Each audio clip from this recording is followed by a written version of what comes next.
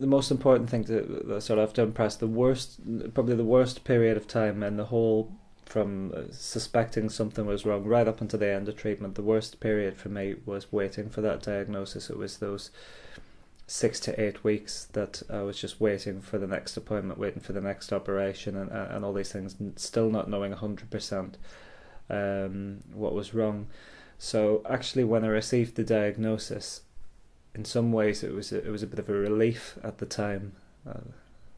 Probably sounds a bit mad, really, but it was a relief just to know what was wrong, and know what could be done about it, and to find out that it was quite a good prognosis as well, in terms of the people that were sat there, visiting the cancer ward and having chemotherapy there.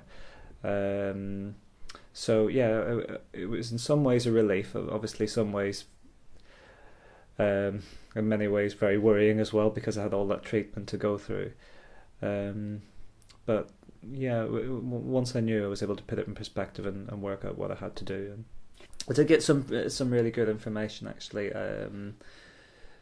There was a Macmillan nurse that I spoke to straight away, and she gave me a pack of information.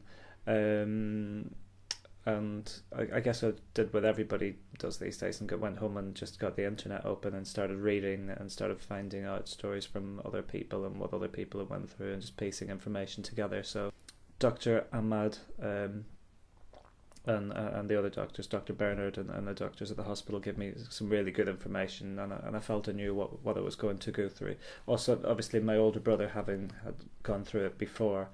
I had some idea, although my treatment was different to his. And they told, they said that in 6 months of chemotherapy should eradicate it completely without ever coming back again, and that's the case for 80% of people who get this type of cancer. But my wife was brilliant. She's very supportive and didn't panic too much, and yeah, we just dealt with it and we got on with it.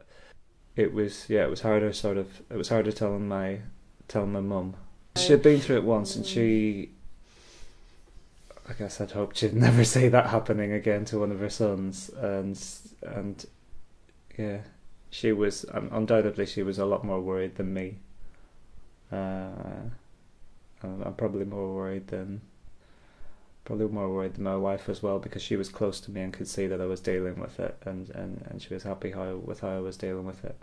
So yeah, it was hard for my parents to tell them, but at the same time they were able to understand everything that was happening, and be positive about it all as well. Well, obviously my wife helped me. I just spent many days with me and my cat sat on my lap, and it was a strange thing. At the beginning, I was so tired still. I was so exhausted from the disease and the effects of that.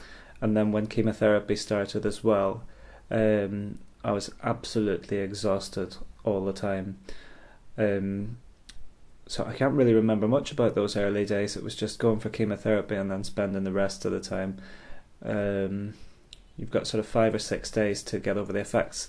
The first 5 or 6 days after the chemotherapy, I didn't want to see anybody. I definitely didn't want visitors at that time. I just wanted my wife, and the cat as well.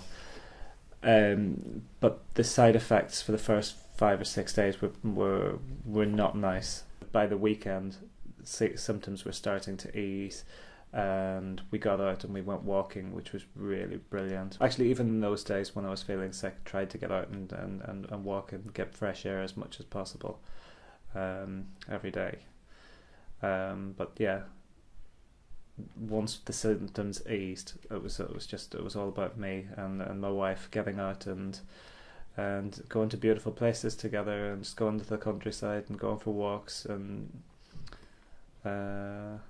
spoiling ourselves whatever way we could then, and gearing up for the next dose a week later. So yeah, she was wonderful through that time. You're given a lot of advice, and you've got a phone number you can ring to one of the chemotherapy nurses and get through 24 hours a day helpline. So if you feel your temperature's a bit higher, if you feel really sick and you're concerned in any way, you can just phone them up and they'll reassure you usually, because it's just reassurance you need rather than any actual medical help. And yeah, that was really good. The nurses and doctors in the hospital in Burton in hematology and oncology are absolutely wonderful. They're top class. I could not imagine having any better care than I had from them. They explained everything, and they were brilliant in every way, really. The situation now is I was been recently, just a few months ago, discharged after going back for 6 monthly and then yearly checkups for blood checks, and yeah, I'm absolutely fine. It was that sort of 6 month period in my life. One of the worries that from actually being diagnosed is you're told that the chemotherapy might make you infertile, and it obviously it did for a while, and we had to go and have sperm stored and things like that. But I've now just had a baby naturally, so all that has come back as well, and I guess my body's working fine again. So, but it's definitely changed my perspective on life completely, and I'm a happier, probably less stressed person since that whole ordeal happened, because it just puts perspective in how short and how fragile life can be, and it absolutely makes you take stock of everything you've got, and everybody you've got. I've got a beautiful little daughter, beautiful wife, and job, and a wonderful family, and yeah, I'm happy to move on with my life now. Although it's still there. You still have to keep checking, and still have to remember to look after yourself. But there's no need to dwell on it either, and you can just you really can just move on from it. If I look back at the 6 months of treatment I had, the lowest point and the point where I felt the most terrible from the treatment was absolutely halfway through.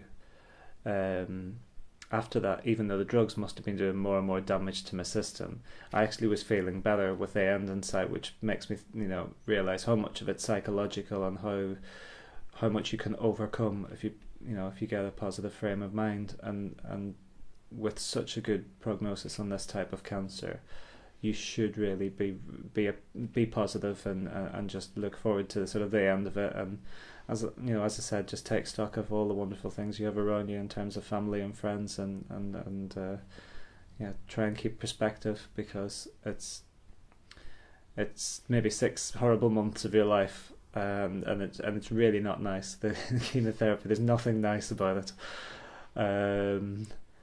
But it's only 6 months, hopefully, or maybe if it's going to be longer than that for you,